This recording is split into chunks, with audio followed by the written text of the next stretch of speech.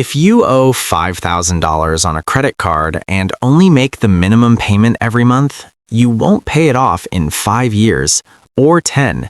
You'll be paying for over 17 years, and you'll hand the bank nearly $7,000 in interest alone, more than the original debt. Banks know this. They designed it this way, and they're counting on one psychological trick to keep you trapped. Here's what most people don't realize. That little number on your credit card statement, the minimum payment, it's not there to help you. It's engineered. It's designed to feel manageable. $35 this month? That's nothing. I can handle that. And that's exactly what the bank wants you to think. Psychologists call this the anchoring effect. When you see a small number presented as the default option, your brain locks onto it. It becomes your reference point. You stop thinking about the total balance. You stop doing the math. You just pay the minimum and move on with your life. And the banks, they celebrate. Because every month you pay only the minimum, the majority of your payment goes toward interest, not your actual debt. You're essentially renting your own money, month after month, year after year. Let me make this real. Imagine you buy a couch for $1,200 on a credit card with 20% interest. You make the minimum payment every month. By the time you finally pay it off, 9 years later, that couch cost you over $2,400. You paid for 2 couches, and you're sitting on one. But here's the psychological layer that nobody talks about. Minimum payments exploit something called present bias. Your brain is wired to prioritize comfort right now over consequences later. Paying $35 feels painless today. The fact that you'll pay thousands extra over a decade, your brain literally discounts that.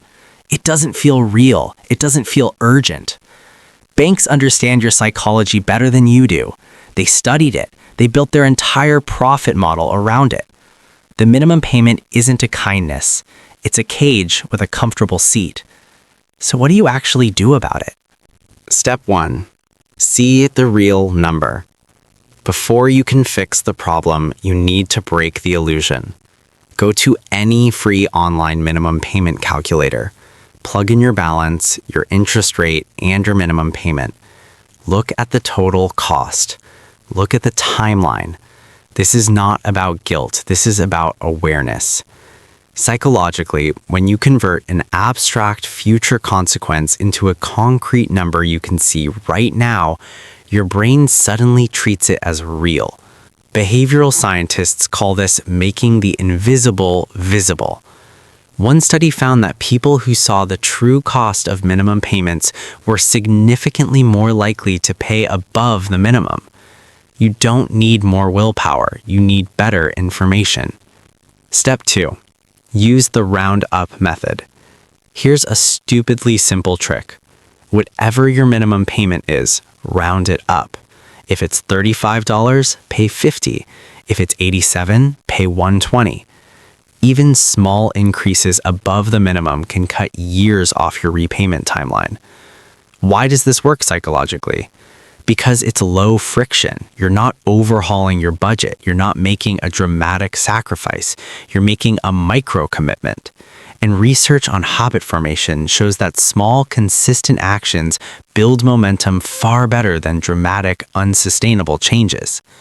1 extra coffee's worth of money per day directed at your balance can save you thousands.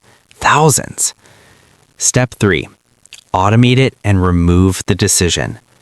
Set up an automatic payment above the minimum. Pick the amount, schedule it, then walk away. This matters because every month you manually decide what to pay, your brain faces what psychologists call decision fatigue. And when your brain is tired, it defaults to the easiest option, which is the minimum, the anchor, the trap. Automation removes the decision entirely. You pay more without thinking about it. You beat the system by removing yourself from the equation. The truth banks will never print on your statement. The minimum payment is not your friend. It's a psychological tool designed to keep you paying longer and paying more. But now you know. You've seen behind the curtain. You know about the anchoring effect. You know about present bias. And you have 3 steps you can use starting today. See the real number, round up your payment, automate it. Small shifts in awareness lead to massive shifts in outcome. If this changed how you think about money and psychology, subscribe. I break down the hidden systems shaping your decisions so you can finally take control of them.